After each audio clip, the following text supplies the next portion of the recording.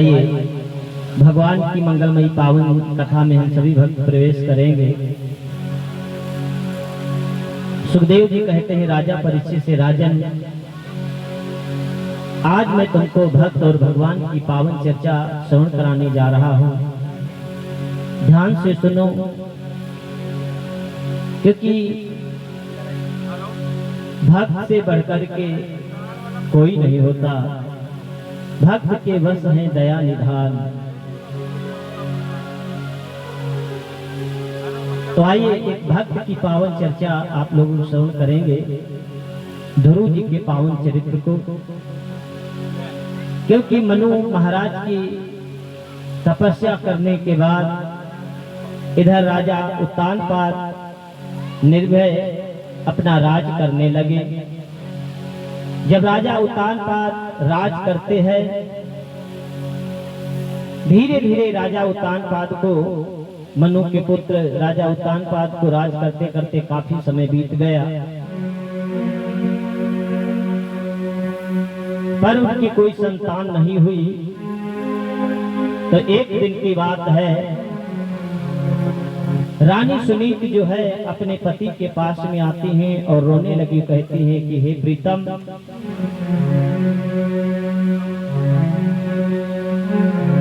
रानी ने दोनों हाथ जोड़, रानी ने दोनों हाथ जोड़ उत्तानपाद को समझाया। रानी ने दोनों हाथ जोड़ उत्तानपाद को समझाया।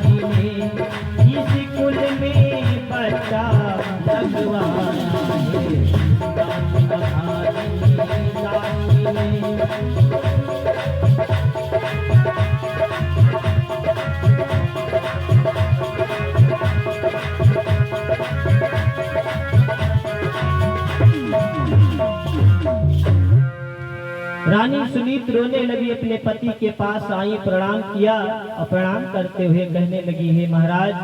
तो कहा क्या बात है देवी? तो कहा महाराज, हम और आपको राज करते करते इतना समय व्यतीत हो गया और फिर भी हम और आपके कोई संतान नहीं हुई महाराज। क्या करूं भगवान, मेरी तो कुछ समझ में नहीं आ रहा। इतना समय बीत गया और हम और आपके घर में कोई संतान नहीं है। राजा उत्तानपाद ने कहा, देवी तुम रोती क्यों हो? ये तो सब कर्मों की गति है। हम और आप जैसा प्यारे भाई बहनों कर्म करते हैं उसका फल हमें मिलता है। इस जन्म में किया हुआ कर्म अगर अधूरा रह गया तो उस जन्म में हमें भुगतना पड़ता है। राजा उत्तानपाद कहते हैं कि देवी हो सकता है हमारे कुछ पूर्व जन्म के ऐसे कर्म हो जो इस जन्म में हमें पुत्र की प्राप्ति नहीं हो पाई, पर तुम धैर्य धारण करो देवी। जिनकी कृपा से गरुड़ और सर्प में मेल हो सकता है वो सब कुछ कर देते हैं, क्योंकि परमात्मा संभव को असंभव, असंभव को संभव करने वाला है। तुम चिंता मत करो देवी।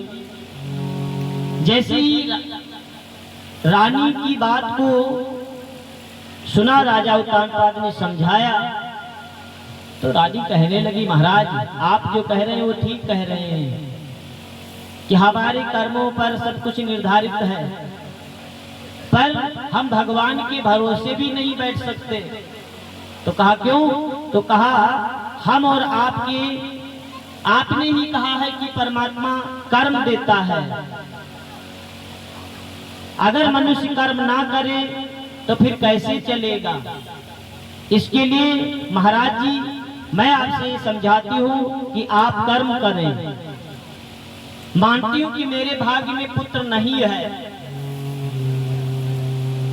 हो सकता है आपके भाग्य में हो और मेरे भाग्य में संतान सुख ना हो, क्योंकि महाराज आप नहीं जानते, जब आपको कोई निर्वंशी कहता है तो मुझे सहन नहीं होता, और फिर आपके बाद में इस राज को कौन देखेगा, इस शासन को कौन चलाएगा, इसीलिए दिन रात हमें चिंता खाई जाती है। इसलिए महाराज जी आपने कहा है कि मनुष्य को कर्म करना चाहिए, तो इसलिए मैं तुमसे निवेदन करती हूँ कि अपना कर्म करें। तो कहा देवी मैं कर्म क्या करूं। तो रानी सुनीत कहती है महाराज अगर आप एक विवाह करने के बाद में आपको संतान सुख नहीं है तो आप दूसरा विवाह कर लें। जब आप दूसरा विवाह करेंगे तो हो सकता है उसकी जो दूसरी रानी आएगी उसके द्वारा होने वाली संतान आपके वंश को नाम देगी और आपके नाम को चलाएगी। इसलिए मैं निवेदन करती हूँ कि आप दूसरा विवाह करें। अब जैसे प्यारे दूसरे विवाह की बात को सुना तो ब्याह दूसरे का वचन सुन न सके नर पाल। ब्याह दूसरे का वचन सुन न सके नर पाल।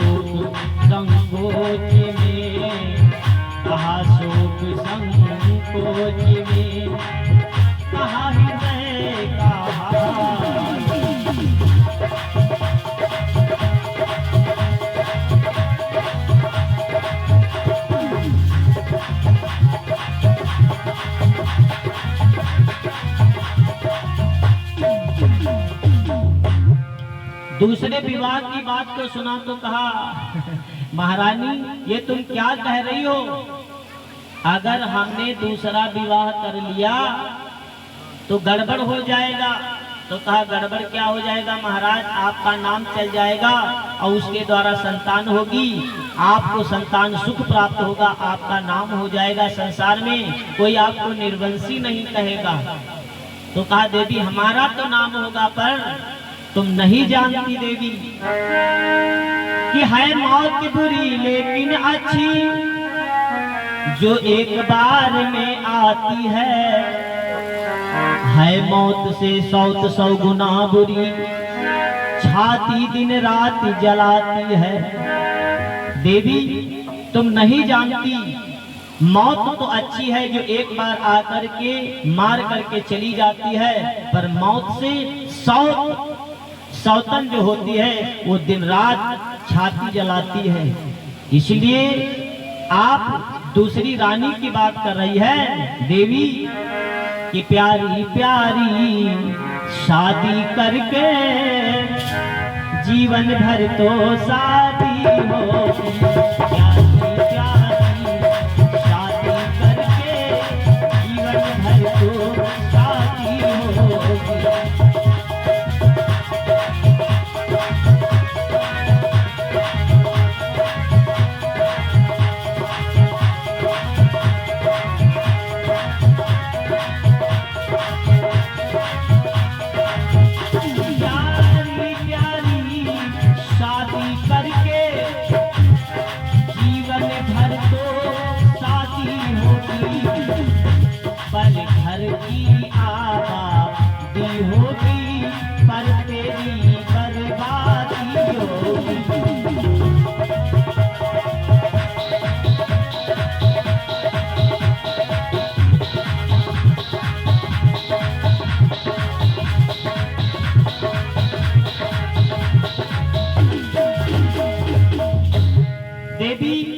मेरा कहना मान लो, घर की तो आबादी हो जाएगी, हम दूसरा विवाह कर लेंगे, पुत्र होगा, हमें तो सुख प्राप्त होगा, पर तुम्हारी बर्बादी होगी। तो कहा हमारी बर्बादी क्यों होगी? तो कहा देवी हमने कहा है मौत बुरी लेकिन अच्छी जो एक बार में आती है, मौत से 100 गुना बुरी छाती दिन रात जलाती है। देवी हमने तुमसे पहले ही कह रखा है कि सौतिया दाह ये बड़ा खराब होता है। तो कहा नहीं महाराज जी, वो तो मैं समझती हूँ, पर मैं ऐसा होने नहीं दूंगी। तो कहा कैसे नहीं होने दोगी? तो कहा देखो महाराज, जब आप दूसरा विवाह करके लेकर के आओगे तो कि मैं गंगा अपनी यमुना को बढ़ चढ़ के गले लगाऊंगी। मैं गंगा अपनी यमुना को बढ़ चढ़ के गले लगाऊंगी।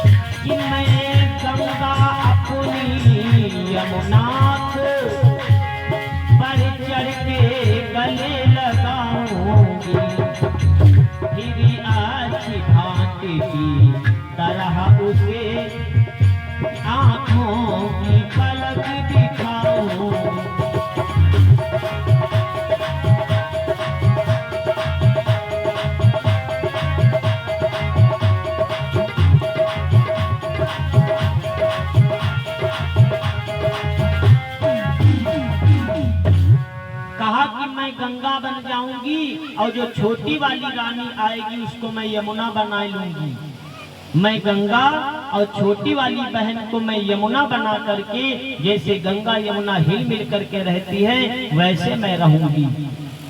अपनी पलकों पर उसको सजा करके रखूंगी। धन्य है महारानी सुनीति। कितना सुंदर भाव महारानी सुनीति का था। आज जैसे इतना कहा, क्योंकि महारानी सुनीति चाहती हैं कि मेरा पति हमारा प्रसन्न रहे, मेरे पति का संसार में नाम हो। धन्य है माता सुनीति। इधर कि रानी की इस बात पर न पति हुए मजबूर, सूरज सुंदरी से हुआ ब्याह दूसरा मंजूर। राजा उत्तानपाद ने क्या किया? उन्होंने दूसरा विवाह किया। दूसरा विवाह किया। छोटी वाली रानी का नाम था सूरज। बड़ी रानी जो है वो सुनीति है और छोटी वाली रानी जो थी वो सूरज थी। महाराज उत्तानपाद ने विवाह किया। सुनीति घर में है और सूरज को लेकर के जब डोली में आए, दरवाजे पर डोली कहारों ने रोक दी। जैसे ही कहारों ने डोली रोकी, इधर सुनीति ने सोचा कि मेरी छोटी बहन आई है, ना कुछ कर सकूं तो अब इनका स्वागत करूंगी और स्वागत करके फिर घर को लेकर के जाऊंगी। बढ़िया सा सुंदर थाली सजाई और आरती के लिए बाहर को निकल रही थी, तब तक एक हवा का झोंका आया और थोड़ी सी चादर उड़ी और उस छोटी वाली रानी ने अंदर को देखा। तो उसने देखा तो क्या देखती है कि घर में से पहले एक रानी मौजूद है। तो अपने आप उतर करके डोली से बाहर आ गई, उतारना भी नहीं पड़ा, अपने आप उतर करके आई और राजा उत्तानपाद से कहने लगी, लड़ने लगी, ए महाराज कि जब एक तुम्हारे रानी थी तो फिर थी मुझे ले आए हो। जब एक तुम्हारे रानी थी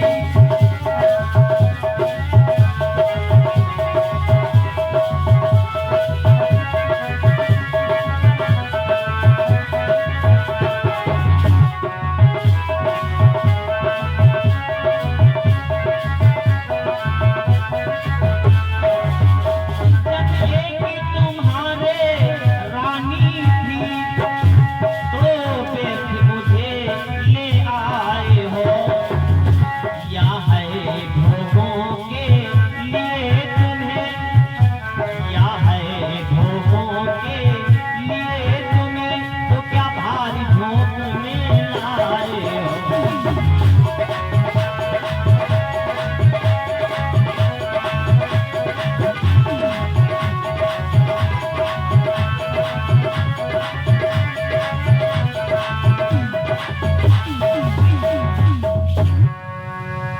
कहा महाराज जब तुम्हारे घर में पहले से रानी मौजूद थी तो मुझे क्यों लेकर के आए? क्या मुझसे भार चुकवाना है? क्या कराना है? महाराज जी मैं तुमसे निवेदन करती हूँ, अभी तुम्हारा कुछ नहीं बिगड़ा कि अब इतना और एहसान करो, डोली को वापस भिजवा दो, डोली को वापस भिजवा दो।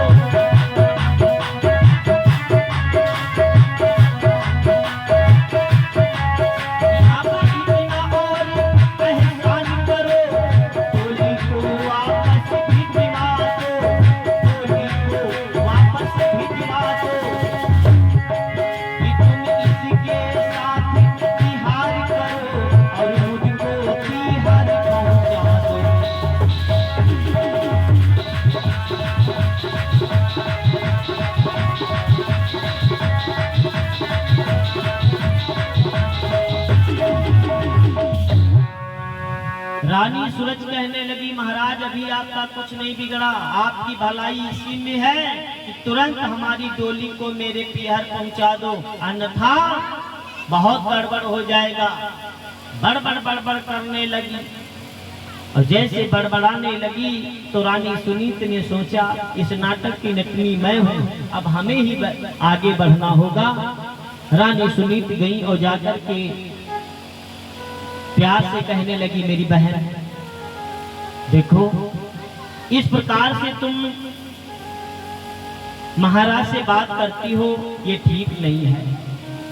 कोई भी नारी ये उसको शास्त्र आदेश नहीं देता कि ऐसे ऊंचे स्वर में वो बात करे। मेरी बहन मैं मानती हूँ इनकी पत्नी हूँ, पर आपका ये विवाह करके लेकर के आए हैं, आज से आप भी इनकी पत्नी हैं। इसलिए मेरी बहन आओ कि आओ अपने घर को देखो, मेरा तो एक सहारा है। आओ अपने घर को देखो, मेरा तो एक सहारा है।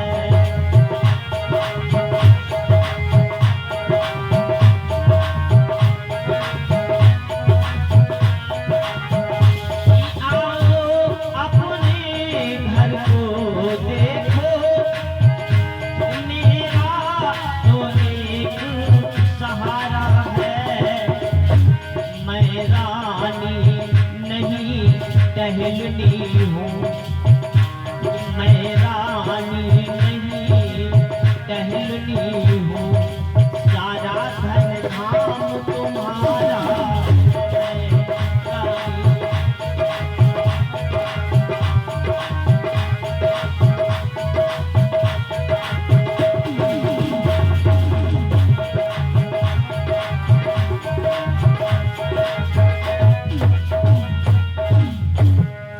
मेरी बहन आज से मैं रानी का पद त्याग करके नौकरानी का पद धारण कर लूंगी, पर मेरी बहन तू जाने का नाम ना ले। अगर तू चली जाएगी तो महाराज की बड़ी बदनामी होगी, और अगर महाराज की बदनामी हो गई तो ये ठीक नहीं होगा मेरी बहन। इसलिए तुझसे प्रार्थना करती हूँ मेरी बहन जाने का नाम ना ले। जो तू आदेश देगी वही मैं सब करने के लिए तैयार हूँ। अगर जो तू कहेगी बिस्तरे को लगाओ तो मैं बिस्तरे को लगा दूंगी, चौका बर्तन करूंगी, सारी टहल कर दूंगी। पर मेरी बहन इस पापी पेट को तो मैं रख नहीं सकती कहीं, इस पापी पेट को तो चलाना ही पड़ेगा। इसलिए मेरी बहना ऊपरी टहल को कर दूंगी, जैसी आज्ञा को पाऊंगी। 2 रोटी बहन दिए जाना, मैं तेरा लाल खिलाऊंगी। मेरी बहन मुझको केवल 2 रोटियों का सहारा है, आप हमको 2 रोटी देती जाना, और जब तुम्हारे बेटा होगा तो मैं दूर से खिला लाऊंगी। जैसे इतनी बात को सुना तो सूरज भभक उठी, जैसे आग जल रही हो और उसमें कोई घी डाल दे तो आग भभक उठती है, वैसे ही सूरज जी ने जैसे सुना महारानी सुनीत की बात तो भड़क उठी और दांत पीस करके राजा उत्तानपाद की तरफ देखा और कहने लगी, महाराज देख रहे हो कि राजन सुन लो टुक कान खोल, यह कुलवंतिन क्या कहती है, बूढ़ी बिल्ली भक्तिन बनकर इस चिड़िया घर में रहती है, बूढ़ी बिल्ली भक्तिन बनकर इस चिड़िया घर में रहती है।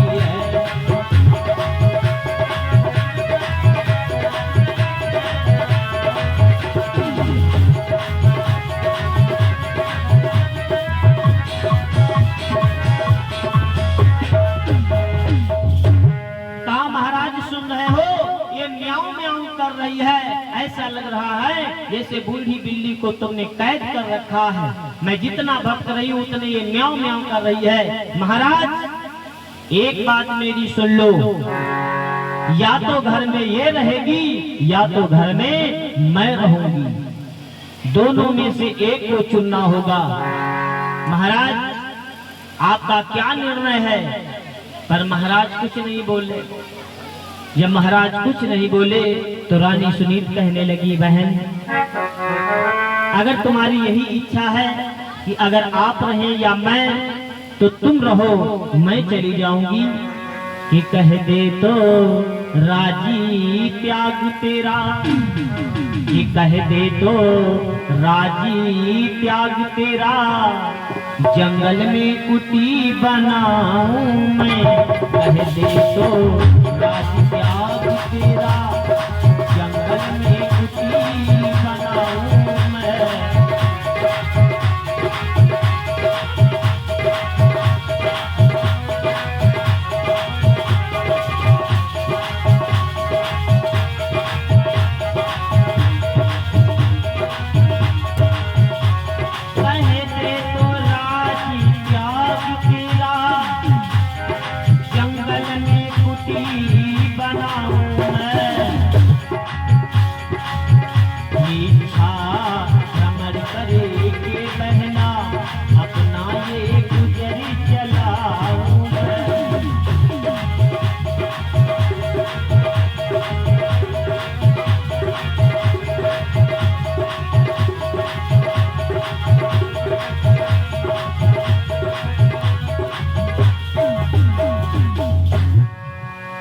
रानी सुनीत कहने लगी, मेरी बहन अगर जो तू चाहती है तो मैं जंगल को चली जाऊंगी और जंगल में जा करके भीख मांग करके अपना समय व्यतीत कर लूंगी, अगर तुम्हारी इच्छा है तो।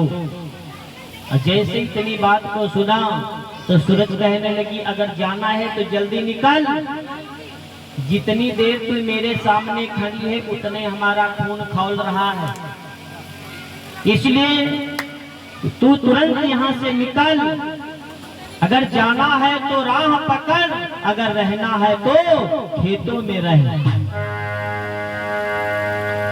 आज जैसे प्यारे इतनी बात को सुना तो रानी सुनीत ने सोचा, महाराज जैसे खुश हों वैसे ही हमको करना होगा, क्योंकि नारी का धर्म यही होता है, उसका पति कैसे खुश रहे यही प्रयास करना चाहिए देवी को।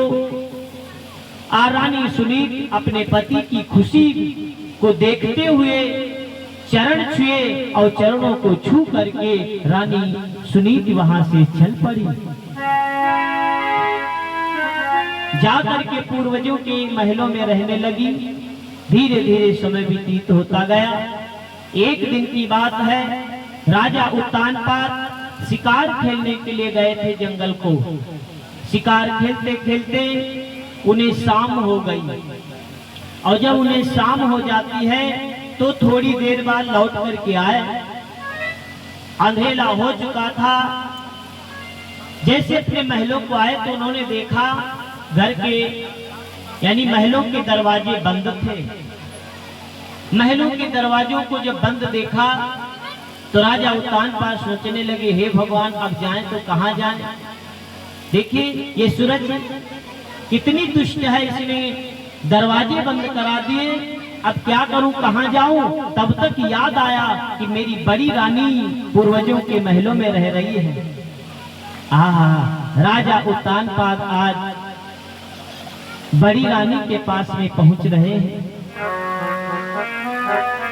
बड़ी रानी जी जैसे अपने पति को आते देखा, आज बहुत खुश हो गई कि तत्काल सुनीति उठी खुश हो, कि तत्काल सुनीति उठी खुश हो, घास का बिछौना लगा दिया।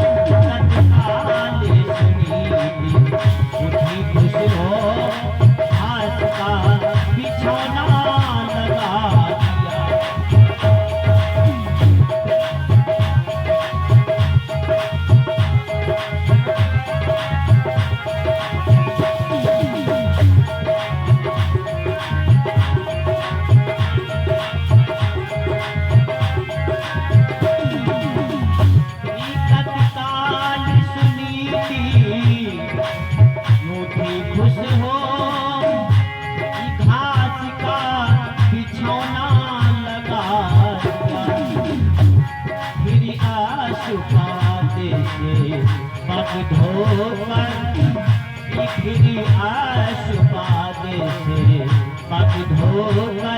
पति का चरणामति पाली।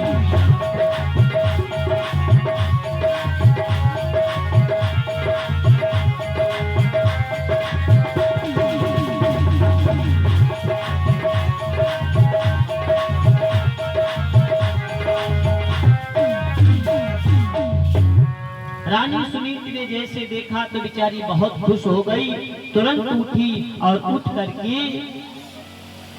बढ़िया सा बिछौना लगा दिया, अपने पति को बिठाया और आज अपने पति को देख करके बहुत रोती है। कहने लगी, महाराज इतने दिनों के बाद तुमको हमारी याद आई। राजा उत्तानपाद कहते हैं कि देवी तुम तो उसके स्वभाव को जानती हो। तो कहा महाराज कहाँ थे? तो कहा देवी मैं शिकार खेलने के लिए गया था, जब मैं उधर से लौट करके आया तो महलों के दरवाजे हमने बंद पाए, तब तक आपकी याद आ गई और मैं आपके पास चला आया।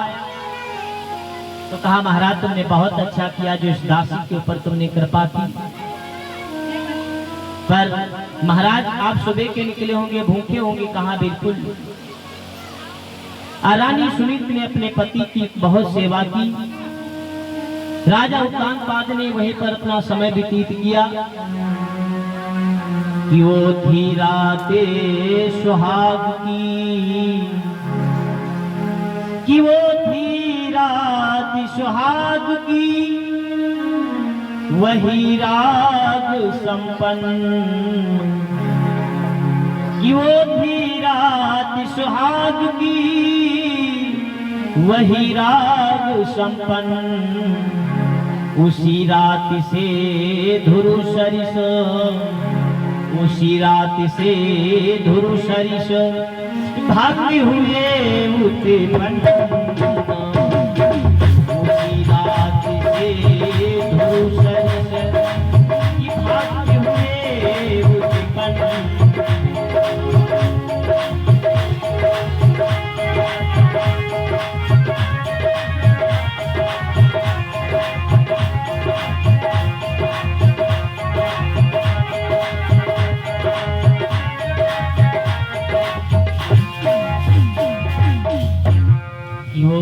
रात सुहाग की वही राग संपन्न। महाराज उत्तानपाद वहीं से चले आते हैं, धीरे धीरे समय व्यतीत होता गया और इधर रानी सुनीति के द्वारा एक बेटा हुआ। अब देखिए विधि का विधान कैसा, पहले क्या परमात्मा नहीं दे सकता था बेटा, पर दिया कब? जब सारी कहानी बदल गई तब भगवान ने बेटा तो दिया, पर बाद में वो भी बड़ी रानी जो सुनीति है उनके द्वारा पुत्र की प्राप्ति हुई। ज्योतिषियों ने नामकरण किया ध्रुव, ध्रुव नाम से उन्हें संबोधित किया। धीरे धीरे समय बीता, पर महारानी सुनीति उनमें एक अच्छाई थी। महारानी सुनीति में अच्छाई ये थी क्योंकि वो सत्संग किया करती थी, महात्माओं के पास जाकर के भगवान की भक्ति एवं सत्संग करती थी। प्यारे भाई बहनों, सत्संग करना चाहिए। जो लोग सत्संग करते हैं धीरे धीरे उन्हें ज्ञान होने लग जाता है, सांसारिक ज्ञान, आध्यात्मिक ज्ञान, भौतिक, ये सब होने लग जाता है। माता सुनीति जो थी सत्संग कर रही थी। एक दिन की बात, माता सुनीति जो है बेचारी बैठी बैठी कथा सुन रही थी, तब तक रोने लगी। और जब रोने लगी तो बाबा ने देखा, कहा बिटिया क्या बात है, आज तुम रो रही हो? हर दिन कथा सुनने आती थी, प्यार से कथा सुनती थी, चली जाती थी, आज क्यों रो रही हो तुम? और जैसे कहा क्यों रो रही हो, तो रानी सुनीति कहने लगी, महाराज परमात्मा ने हमारी तो गोदी भर दी, पर मेरी छोटी बहन जो है सूरज, उसके कोई संतान नहीं है। हमारी तो गोदी भर दी भगवान ने, पर छोटी वाली रानी जो सूरज है उसके कोई संतान नहीं है। मैं इसीलिए दुखी हूँ कि हे भगवान उसको भी एक बेटा हो जाता। बाबा कहने लगे, वाह किया वाह, दुनिया अपने लिए मर रही है, अपने चक्कर में है, और तुम उसके लिए तुम सोच रही हो जिसने तुमको घर से बेघर कर दिया। नहीं बेटा, ये तुम्हें नहीं है। तो कहा नहीं बाबा, इस संसार में कोई किसी को दुख नहीं देता, कोई किसी को सुख नहीं देता। हाँ, ये सब अपने कर्मों का खेल है। कौ न दुख सुख कर दाता, निज करती कर्म भोग सुख भ्राता। कोई किसी को दुख नहीं देता, कोई किसी को सुख नहीं देता। प्यारे भाई बहनों, हम तुम सभी अपने अपने कर्मों का फल भोग रहे हैं। क्योंकि अगर हमने इस जीवन में किसी को सुख दिया है तो सुख मिलेगा, और अगर हमने किसी को दुख दिया है तो दुख मिलेगा। मनसा वाचा कर्मणा, कैसे भी अगर हमने दुख दिया है किसी को तो आपको निश्चित ही एक ना एक दिन वो तुम्हें फल अवश्य मिलेगा। बाबा अब मैं कैसे कह दूं कि उसका दोष है?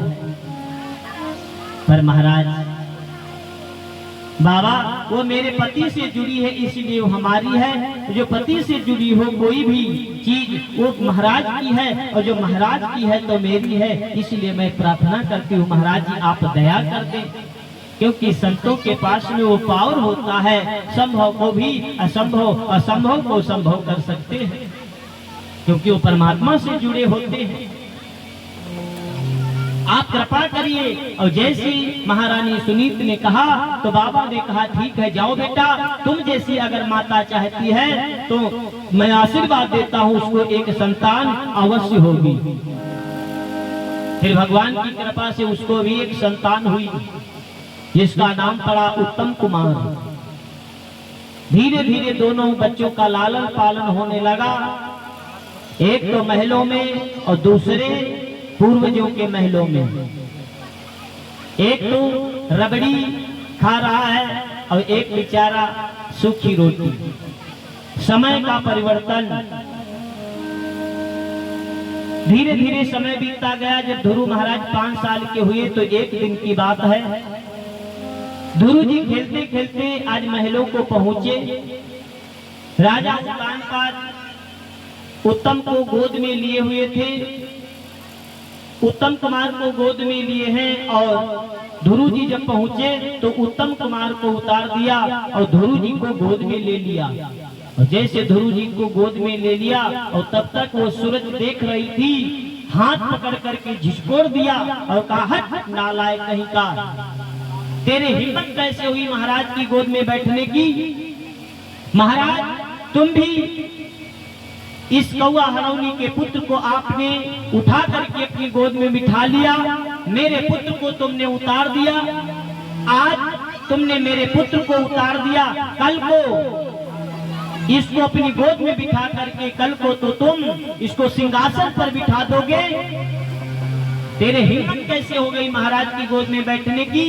छाड़ से एक चट्टा मारा गाल पर। जैसे प्यारे तमाचा मारा और कहा सुन, अगर तुझको इतना ही आनंद है, अगर तुझे बैठने का शौक है तो जा करके भगवान की भक्ति कर, और जब भगवान प्रसन्न हो जाए तो भगवान से कहना कि छोटी माँ से तेरा जन्म हो, तो जब तेरा जन्म मेरी कोख से होगा तब जाकर के इस गोद में बैठने का तुझको अधिकार मिलेगा। बहुत बड़ी प्यारे बात कर दी। ध्रुव जी वहां से रोते हुए प्यारे भाग पड़े कि बोली बोली से बुरा कर देती है घाव, बोली बोली से बुरा।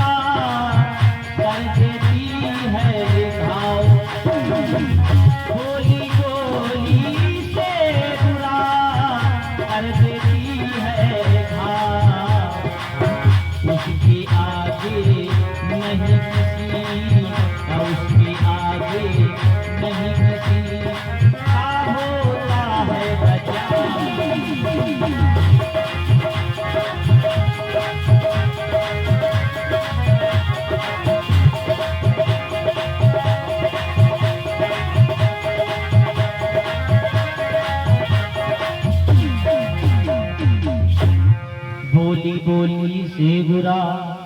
प्यारे, हमारी और आपकी ये जो बोली है इसको संभाल करके बोलना चाहिए, क्योंकि वाणी का जो लोग मनसा वाचा कर्मणं जो लोग दुरुपयोग करते हैं, परमात्मा फिर उनसे वो अधिकार छीन लेता है।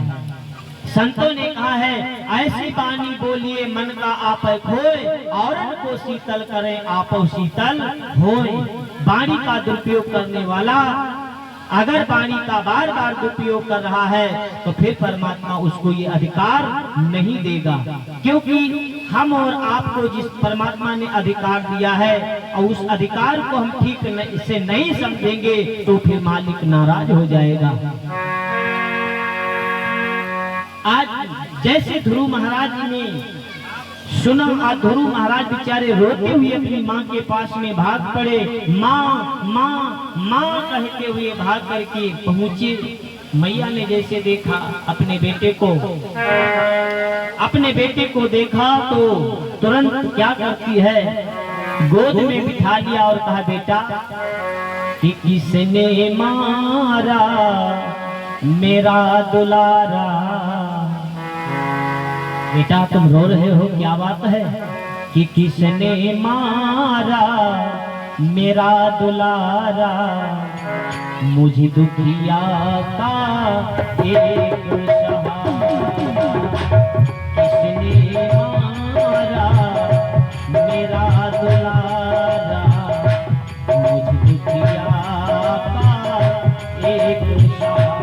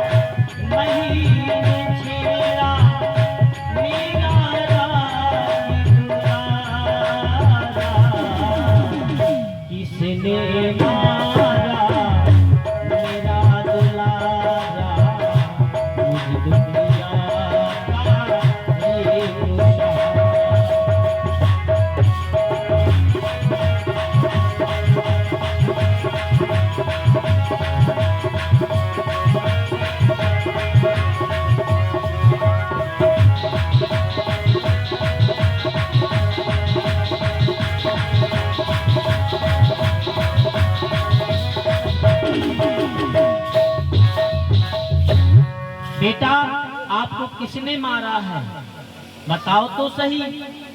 और जैसे कहा कि किसने मारा है, तो ध्रुव जी कहने लगे, माँ आज छोटी मैया ने हमको मारा। मैं खेलते खेलते आज महलों में पहुंचा, और जैसे महलों में पहुंचा पिता ने उठा करके हमको गोद में बिठा लिया।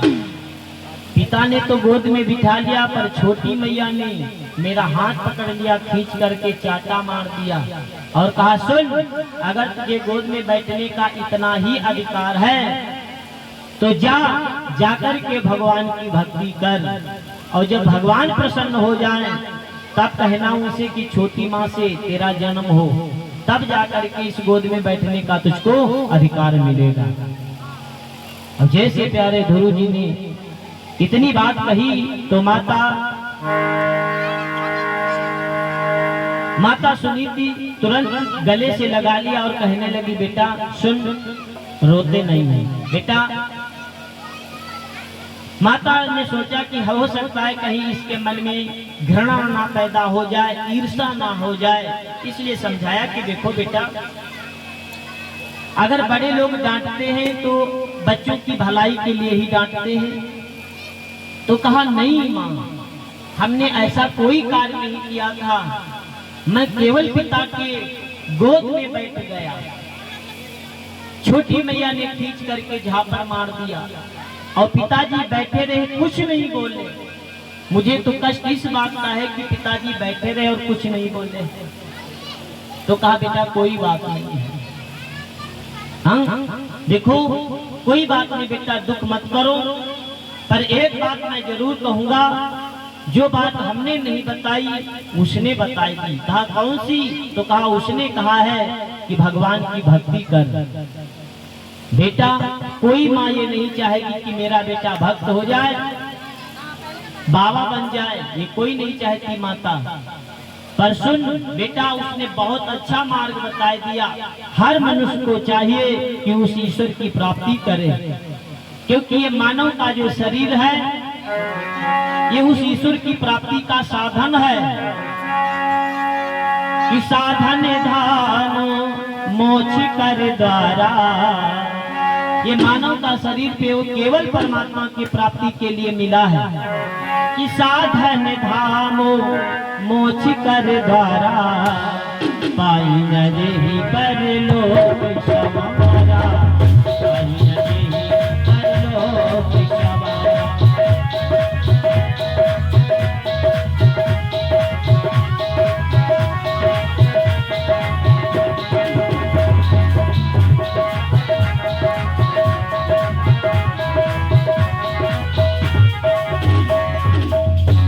मानव का शरीर केवल बेटा परमात्मा की प्राप्ति के लिए मिला है, और अगर हम और आप मानव का शरीर प्राप्त करके और फिर भी हम उस ईश्वर को प्राप्त नहीं कर पाए, तो हम और आपको जन्म जन्मांतर तक फिर भटकना पड़ेगा, इधर उधर भटकना पड़ेगा। क्योंकि साधन धाम मोक्ष कर द्वारा, ये मोक्ष का दरवाजा है मानव का शरीर। इसलिए बेटा मनुष्य को चाहिए कि उस ईश्वर की प्राप्ति करे। जैसे इतनी बात को सुना तो ध्रुव जी कहने लगे, माँ तब तो तुम मेरी गुरु माता हो गई, तुमने बहुत अच्छा हमें बताया। तो ठीक है माँ, मैं अब उस दिन तुम्हें दर्शन दूंगा, मैं उस दिन आपको अपना मुंह दिखाऊंगा जिस दिन उस परमात्मा को प्राप्त कर लूंगा। इसलिए हे माँ, अब हमें आशीर्वाद दो और मैं जाऊंगा, जाकर के भगवान की प्राप्ति करूंगा। पर एक बात माता बता, परमात्मा है कहाँ, वो कहाँ मिलेगा? तो कहा, बेटा ऐसी कोई जगह नहीं है जहाँ पर वो ना हो। समझ रहे हैं? ऐसी कोई जगह नहीं है जहाँ पर परमात्मा ना हो। पर हम और आपको विश्वास नहीं है, विश्वास भूत के ऊपर है पर भगवान पर नहीं। शमशान में होकर के हम और आप निकलते हैं तो तुरंत हनुमान चालीसा याद आ जाती है। जब शमशान से निकलते हैं, हाँ यहाँ पर तो फलाने फूके हैं, जय हनुमान ज्ञान गुण सागर। ध्यान रखना, जबकि गोस्वामी जी ने लिखा है, हर व्यापक सर्वस्व समाना, प्रेम से प्रकट होए मैं जाना। जब हर जगह परमात्मा है तो क्या शमशान में नहीं होगा? हर जगह है परमात्मा, पर जाती रही भावना जैसी। ध्यान रखना, जिसकी जैसी भावना है परमात्मा को, परमात्मा वैसे ही दर्शन देता है। कहा कि बेटा ऐसी कोई जगह नहीं है परमात्मा जहाँ ना हो। तो कहा वो मिलता कैसे है? तो कहा बेटा वैसे तो मिलने के कई सरल साधन हैं, पर तपस्या से जल्दी मिलता है। तो कहा ठीक है माँ कि मैया दे दे विदाई, कि मैया दे दे विदाई, तुम्हें है रामो दुहाई। मैया दे दे विदाई, तुम्हें है रामो दुहाई।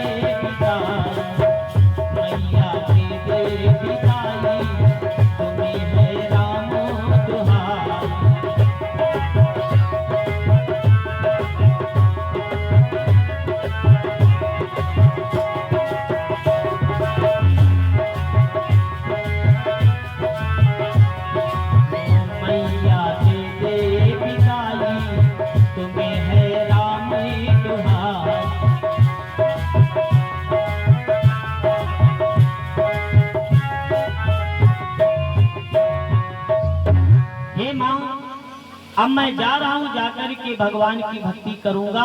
मैं उस दिन अब आपके दर्शन करूंगा जिस दिन उस ईश्वर की प्राप्ति कर लूंगा।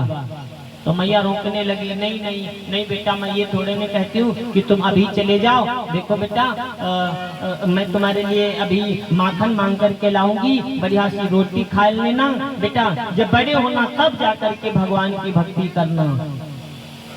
ध्रुव जी ने सोच लिया मैया मुझे मोह में डाल रही है।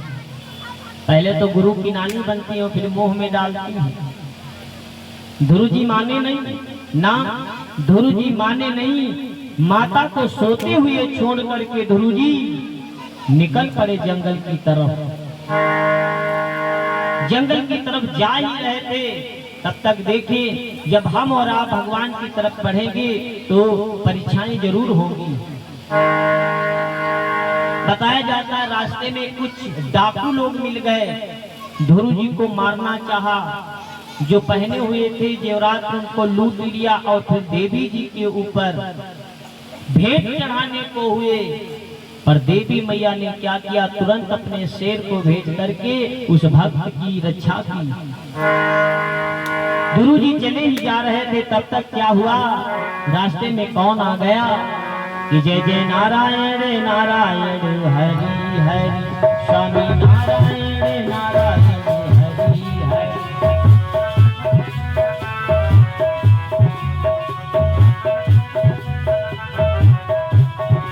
ओ लक्ष्मी नारायण नारायण हरि हरि, अत्रि नारायण नारायण हरि हरि।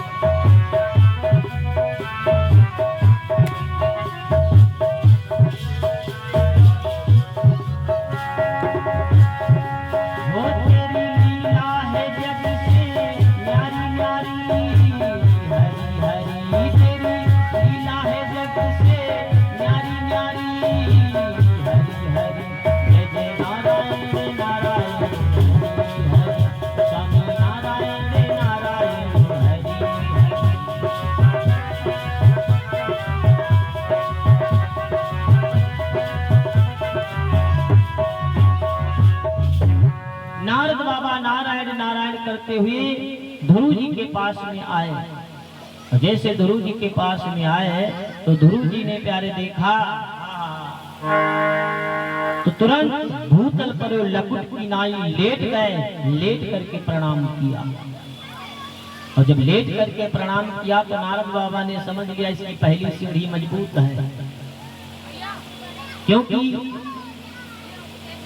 पहली सीढ़ी मजबूत क्या होती है, बच्चों को हमेशा चाहिए कि अपने बड़ों को प्रणाम करें, अपने बड़ों को प्रणाम करना चाहिए, क्योंकि बड़ों को प्रणाम करने से आयु, विद्या, यश और बल, ये चार चीजें मिलती हैं। अपने बड़ों को प्रणाम करने से आयु, विद्या, यश और बल, ये चार चीजें मिलती हैं अपने बड़ों को प्रणाम करने से। ध्रुव जी ने जैसे ही प्रणाम किया, नारद बाबा ने समझ लिया कि पहली सीढ़ी इसकी मजबूत है। फिर नारद बाबा कहने लगे, बेटा तुम कहाँ जा रहे हो? तो कहा मैं भगवान की प्राप्ति के लिए जा रहा हूँ। तो कहा बेटा भगवान कहीं जंगल में भगवान मिलता है? अरे जंगल में तो बबर शेर मिलता है बबर शेर मिलेगा। तो कहा बाबा आप डराओ ना। हाँ डराओ नहीं बाबा, अगर मौत आनी है तो आ जाएगी। वैसी इस मानव के शरीर की तीन गति होती है, या तो जला दिया जाता, या तो दफना दिया जाता, या फेंक दिया जाता, चौथी गति नहीं होती। अगर शेर खा भी लेगा तो मुझे चौथी गति मिल जाएगी। और फिर बाबा आपने ही सभी लोगों ने सुनाया है, जिसकी मौत नहीं होती उसको कोई मार नहीं सकता।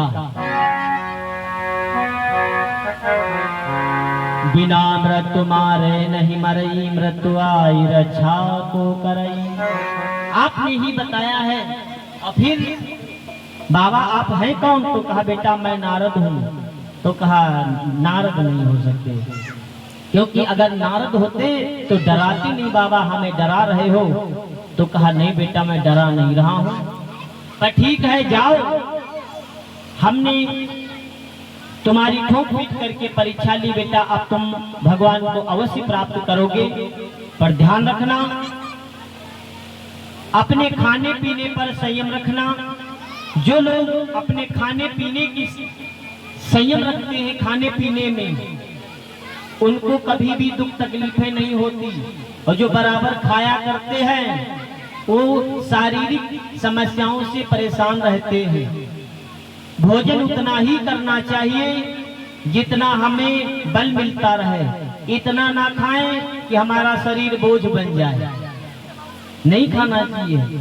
हाँ नारद बाबा कहते हैं कि बेटा ध्रुव पानी थोड़ा पीना और फल इत्यादि खाना, यहाँ से चले जाओ सीधे यमुना मैया के किनारे पर वृंदावन, वहीं पर यमुना मैया के किनारे पर स्नान करना और स्नान करके वहीं पर जा करके तुम भगवान का भजन करो। नारद बाबा ने मंत्र दे दिया, ध्यान रखना, मंत्र दे दिया, 12 मंत्र दे दिया। और 12 मंत्र जो है संतों का आदेश है, माइक पर नहीं बोलते। हाँ ये गुरु मंत्र जो होता है वो सिर्फ कान में दिया जाता है, इसकी महिमा है। तो कहा इसी मंत्र का बेटा तुम जाप करना और अपने मन में एक आशा जगाए रखना, वो अवश्य मिलेगा तुमको। मेरा आशीर्वाद है बेटा, जाओ जाकर के तुम भक्ति करो, भगवान का भजन करो। ध्रुव जी आए और आ करके भगवान से प्रार्थना करते हैं और कहते हैं मेरे श्याम कि मुझे ऐसी लगन तू लगा दे, मेरे कन्हैया कि मुझे ऐसी लगन तू लगा दे कि तेरे बिन पल ना जी। मुझे ऐसी लगन तू लगा दे कि तेरे बिन पल ना जियो।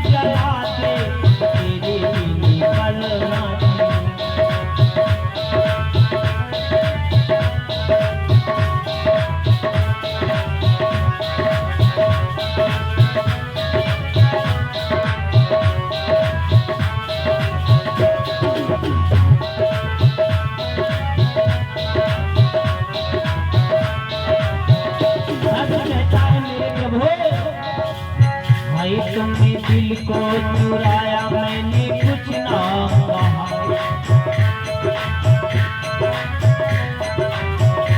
तूने दिल को चुराया मैंने कुछ ना कहा, मैंने कुछ ना कहा, तूने बड़ा तड़पाया मैंने कुछ ना कहा, मैंने कुछ ना कहा, तूने बड़ा तड़पाया मैंने कुछ ना कहा, मुझे ऐसी झलक तू दिखा दे कि मेरे निकल ना जाए, कि मेरे बिना भूल ना जाए।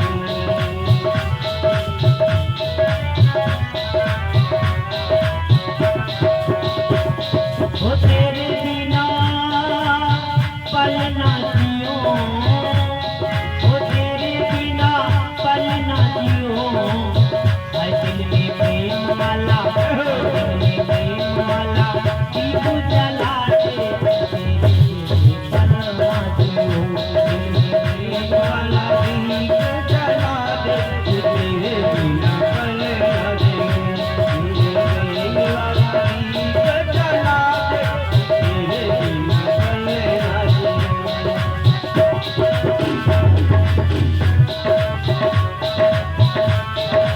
मेरे श्याम जैसी जल बिन मछली पलना,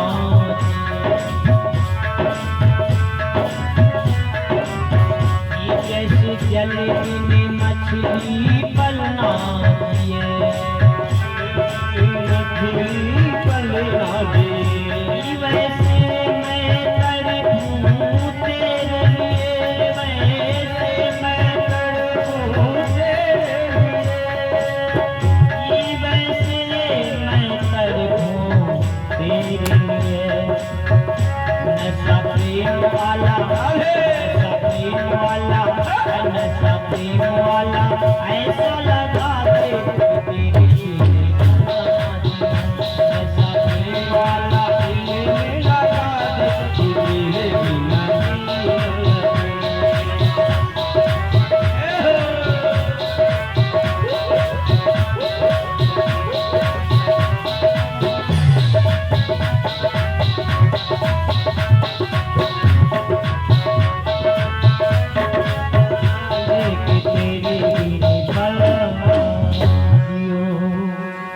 ध्रुव महाराज जाकर के यमुना मैया के किनारे पर बैठ जाते हैं और भगवान का भजन करने लगे, सुमिरन करने लगे। सबसे पहले ध्रुव जी ने क्या किया, फलों को खाया। फलों को खाते हैं और जाप करते हैं। वो भी फल कैसे खाते हैं, फल थोड़ा सा खा लेते हैं, बेर मिल जाता है तो एक बेर खा लेते हैं, 3 दिन नहीं खाते। एक बेर, बेर कितना बड़ा होता है, एक बेर खा लेते, 3 दिन खाते नहीं थे। हाँ, कैथा का फल ले लेते, थोड़ा सा खा लेते हैं, 1 हफ्ता खाते ही नहीं थे। ऐसे ऐसे अपनी भूख पर नियंत्रण करने लगे। ध्रुव जी भूख पर नियंत्रण करते करते फलों को खाते हैं, थोड़ा सा हफ्ते में कहीं 1 बार पानी पी लेते। ऐसे समय व्यतीत किया और 2 महीने बीत गए जाप करते हुए, भगवान का ध्यान करते हुए, पर भगवान नहीं आए। 2 महीने के बाद उन्होंने संकल्प ले लिया कि अब मैं फल नहीं खाऊंगा, ना अब फल नहीं खाऊंगा, सिर्फ जल पीऊंगा। ध्रुव जी जल पीते, थोड़ा सा जल पीते हैं, हफ्ते भर पीते नहीं थे, फिर जल पीते हैं, फिर नहीं पीते। ऐसे जल को छोड़ते छोड़ते 4 महीने बीत गए। फिर उन्होंने संकल्प ले लिया कि अब मैं जल भी नहीं पीऊंगा। जब 5वां महीना लगा तो धीरे धीरे उन्होंने जल का संकल्प लेकर के हवा का सांस पर नियंत्रण करने लगे, सांस को रोकने लगे, जाप करने लगे। ऐसे सांस रोक लेते, हफ्तों हो जाता सांस रोक लेते, सांस ही नहीं लेते थे। ऐसे ही धीरे धीरे सांसों को रोकते रोकते रोकते रोकते उन्हें 5 महीना बीत गया। और जैसे 6वां महीना बीता तो प्यारे भाई बहनों, एक बार उन्होंने संकल्प ले लिया कि अब मैं सांस ही नहीं लूंगा। एक बार सांस ले लिया और भगवान की मूर्ति अपने हृदय में बसा ली, फिर सांस ही नहीं लिया। और जब सांस लेना बंद कर दिया तो पृथ्वी कांपने लगी। जल जो कलकल कलकल करके चल रहा था, जल बंद हो गया, चलना बंद हो गया। सारे पृथ्वी के जीव जंतु बेचारे त्राही त्राही करने लगे। देवताओं की भी सांस घुटने लगी। देवताओं की जब सांस घुटने लगी, सारे देवता भगवान से प्रार्थना करने लगे, हे प्रभु, ऐसा क्या हुआ है जो मेरी भी सांस घुट रही है? अगर थोड़ी देर ऐसे चलता रहा तो निश्चित ही मेरे प्राण चले जाएंगे, क्या करूं? तो नारायण जी ने कहा, तुम चिंता मत करो, एक भक्त हमारा जो है हमारी दर्शन की लालसा में है, दर्शन की लालसा में बैठा हुआ। तो कहा, प्रभु जल्दी करिए। और जैसे प्यारे इतना कहा तो फिर नारायण जी वहां से भाग पड़े, भाग करके आए और गुरु जी के सामने प्रकट हो गए। प्रेम से बोलो नारायण भगवान की जय है। चतुर्भुजी रूप में नारायण जी प्रकट हुए और नारायण जी प्रकट होकर के ध्रुव जी को दर्शन दिया। पर ध्रुव जी आंखें नहीं खोल रहे थे ना, ध्रुव जी आंखें नहीं खोल रहे थे, भगवान को देख रहे थे, भगवान ध्रुव को देख रहे थे। बहुत देर हो गई, भगवान ने समझ लिया कि अभी ध्रुव को ज्ञान नहीं है। भगवान ने फिर क्या किया, ध्रुव जी के गाल में शंख लगा दिया। ध्रुव जी के गाल में शंख लगा दिया और जैसे शंख लगाया तो उनको संपूर्ण ज्ञान हो गया, ब्रह्म तत्व का ज्ञान हो गया उन्हें। जब ब्रह्म तत्व का ज्ञान हो गया, चरणों में गिर गए ध्रुव जी, बहुत प्रार्थना किया, स्तुति की। भगवान ने उठाया, गले से लगाया और कहा, ध्रुव मांगो। कहा, भगवान मुझे कुछ नहीं चाहिए, भगवान आप हमें मिल गए, हमें सब कुछ मिल गया। क्योंकि भक्तों ने भी गाया है कि एक तू जो मिला सारी दुनिया मिली। मेरे कन्हैया, एक तू जो मिला सारी दुनिया मिली। हिला दे मेरा दिल सारी बगिया की, हिला दे मेरा दिल सारी बगिया की।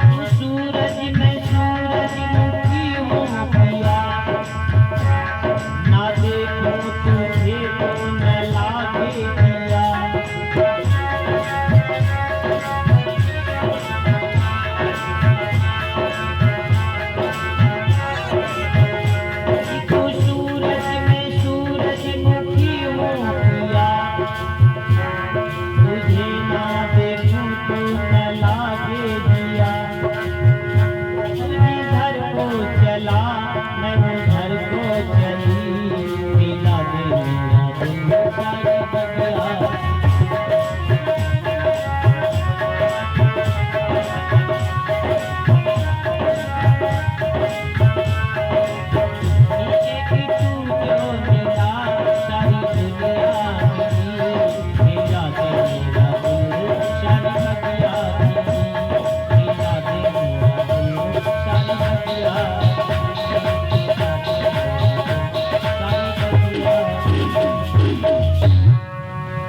आज इधर ध्रुव जी जो है भगवान से प्रार्थना करने लगे, पाहिमाम पाहिमाम। तो भगवान ने कहा, हे ध्रुव, जब तुम हमें याद करोगे तुम अपने पास पाओगे, जाओ बेटा राज करो। ध्रुव जी वहां से भगवान से आदेश लेकर के चले और जैसे ही अपने महलों की तरफ चले तो राजा उत्तानपाद ने जो सुना तो बहुत भारी सेना लेकर के और घोड़े हाथी लेकर के ध्रुव जी का स्वागत करने के लिए चले। पर उन स्वागतों को छोड़ करके ध्रुव जी सबसे पहले कहां पर गए? अपनी छोटी मैया के पास, छोटी मां के पास गए। आज छोटी मैया भी हाथों में थाली सजाए हुए हैं, ध्रुव की राह देख रही हैं। ध्रुव जी गए जाकर के छोटी मैया को प्रणाम किया। जैसे ही प्रणाम किया तो छोटी मैया की निगाहें नीची हो गई। बोली, बेटा वैसे तो तुमको हमने चांटा मारा था, उल्टे सीधे शब्द कहे थे, तो कहा बेटा मैं पुत्र कहने के लायक नहीं हूँ और तुम आकर के मेरा सम्मान कर रहे हो, सबसे पहले अपनी माँ से नहीं मिले हमसे मिल रहे हो। तो कहा, माँ अरे तू तो मेरी प्यारी मैया है। आज से संसार में कोई ये नहीं कहेगा कि ध्रुव जा रहा है, तुमने तो वो पद दे दिया जो मेरी माँ भी नहीं दे सकती, तुमने तो वो पद दे दिया है, लोग यही कहेंगे कि भक्त ध्रुव जा रहा है। तुमने तो भक्त की पदवी दे दी माता, तुम तो मेरी माँ से भी बढ़कर के हो। राजा उत्तानपाद भी बहुत बेचारे लज्जित हुए। उन्होंने सोचा जो हमें काम करना था मेरे बच्चे ने किया। आज अपनी मैया से मिले, धीरे धीरे समय बीतता गया। ध्रुव जी का विवाह हुआ, एक बेटा हुआ ध्रुव जी का जिसका नाम था उत्कल कुमार।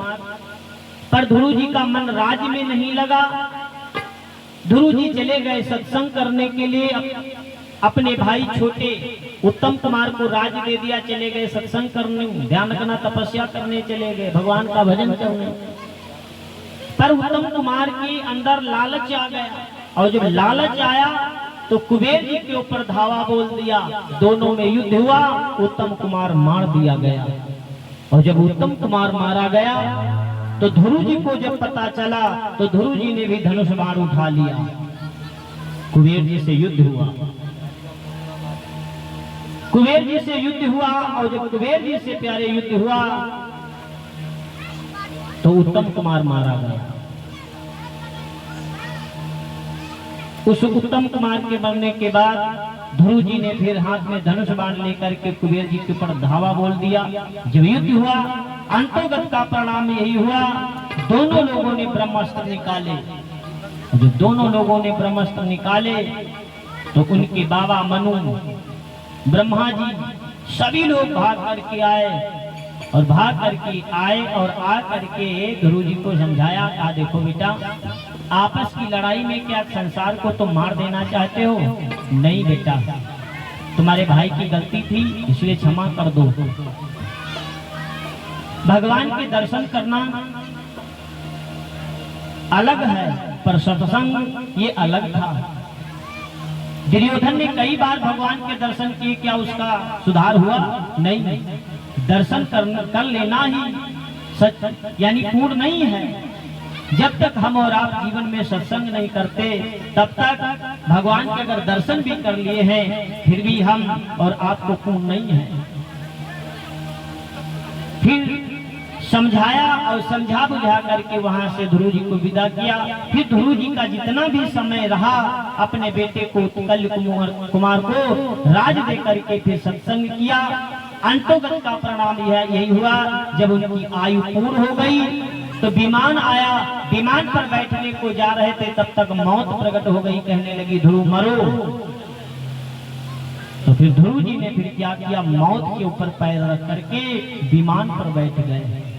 धन्य है ध्रुव जी जो आज भी जीवित हैं, अपने ध्रुव लोक में विराजमान हैं, जो मौत को भी उन्होंने जीत लिया।